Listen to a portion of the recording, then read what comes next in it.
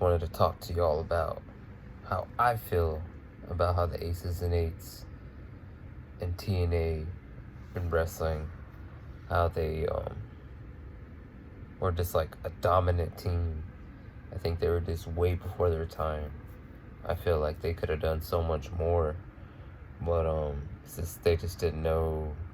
The company didn't know how to use them. Same thing is kind of like with Vince McMahon. Kind of have great talent, just don't know how to use them right. It's kind of sad at the end of the day. But Aces and Eights were like one of the best factions I ever lived through. I was able to meet all of them when they came for TNA lockdown years ago. And it was one of the best experiences meeting wrestlers. They're so like talkative. They were like really dope. And you're just like, man, you couldn't believe how you were there. And then how I met Hulk Hogan that same day and Brooke. I'm just like, dang, man, like all this all in one day. And then meeting Kurt Angle. But like, top it off, it was like, to meet all the Aces and Eights, to Taz, to D'Lo Brown, to Wes Briscoe, part of the Briscoe family. And then you have Eric Bischoff. I think he was called, it was so hard, so long ago. Can't really remember his first name. I think it was Eric. No, it wasn't Eric.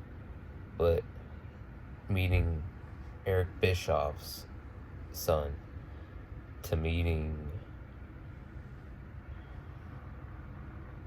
Doc and Knox, and to seeing how far Doc Gallows has come since then. It's just like so crazy to actually see it, in person, and to see it when he's making big moves, even though he's not in WWE anymore. But in due time, I feel like Impact Wrestling is gonna have something to do with, like, they're gonna bring Aces and Eights back at Slammiversary, and I want to watch that one for sure. I feel real good about it. I haven't really kept up with Impact, but seeing like clips here and there, I'm like, dude, they got something, man. They just kind of a smaller company than AEW, even though they've been around for a long time. But it's gonna be real good. Into meeting Bully Ray, Devon, the Dudley Boys. It's breathtaking, man. For real.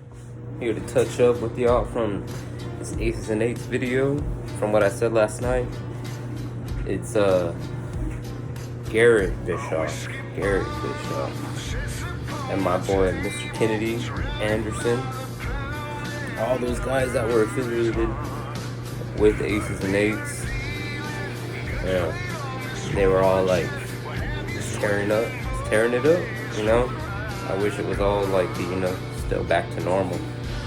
And I want to say I had the Aces and Eights shirt, and I had the cut, the vest, and I had a lot of more wrestling merchandise at my old house I was living at. And when the family, they started remodeling the house, apparently my grandfather said, I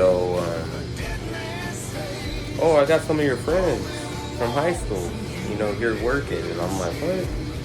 Like, sure. He told me their names, and I'm like, I don't, it doesn't sound familiar at all, But I know all that stuff's gone, most likely. And a lot more wrestling memorabilia that I had there. But that cut, it was something else, man. I put a lot of work into that, to getting all the patches the right way and everything. And then I had another friend. His name was TJ. I wonder whatever happened to him, man. He was I gotta reach out for him. Reach out to him. I know I don't think he's on Facebook anymore or social media. Find out where he lives, because it's been a long time. Me and him had a lot of good moments, man, with the aces and eights and meeting all these wrestlers. And he got the TNA World Heavyweight title. So that was a pretty dope belt. It's big.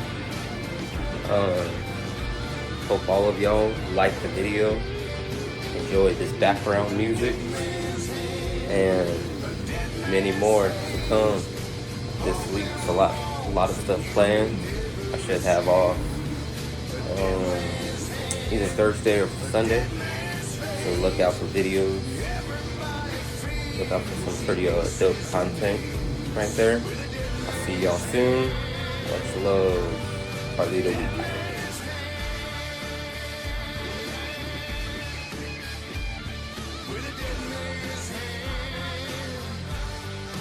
That man